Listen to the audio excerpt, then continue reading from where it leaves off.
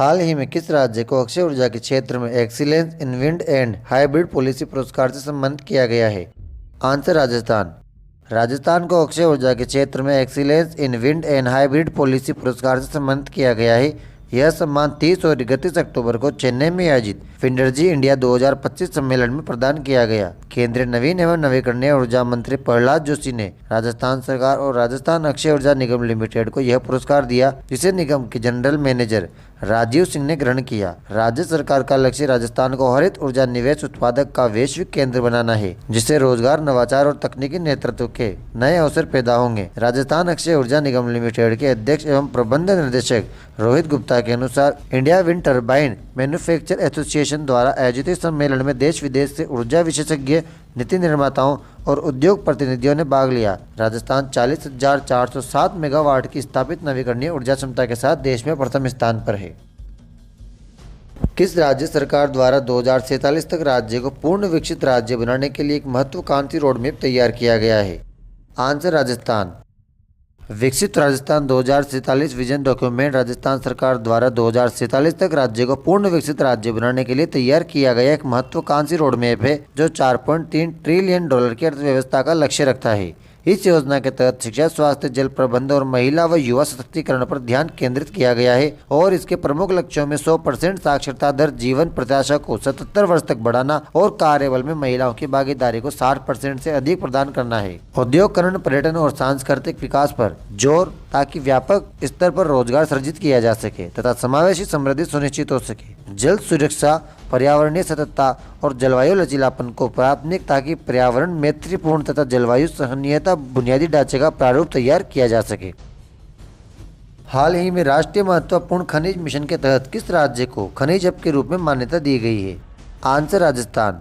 राष्ट्रीय महत्वपूर्ण खनिज मिशन के तहत राजस्थान को खनिज हब के रूप में प्राथमिकता दी गई है, क्योंकि यहाँ लिथियम, निकल, कोबाल्ट और दुर्लभ मृदा जैसे महत्वपूर्ण खनिजों के प्रचुर भंडार मौजूद है। मिशन का उद्देश्य इन खनिजों पर दोहन, स्वच्छ ऊर्जा, बैटरी रक्षा और नए तकनीकों के लिए दीर्घकालीन आपूर्ति श्रृंखला सुनिश्चित करना है, जिससे राज्य में निवेश, रोजगार और आर्थिक विकास बढ़ेगा। भारतीय भूवैज्ञानिक सर्वेक्षण राजस्थान में महत्वपूर्ण खनिज भंडारों की पहचान और मूल्यांकन के लिए अन्वेषण परियोजनाएं चला रही है। राजस्थान की बांसवाड़ा में सोने की खदान मिली है, जिसमें काकरिया गांव में सबसे बड़ा भंडार है। भारतीय भूवैज्ञानिक सर्वेक्षण के अनुसार यहाँ 11.3 करोड़ टन से ज्यादा अयस्क में लगभग 222 टन शुद्ध सोना छिपा होने का अनुमान है।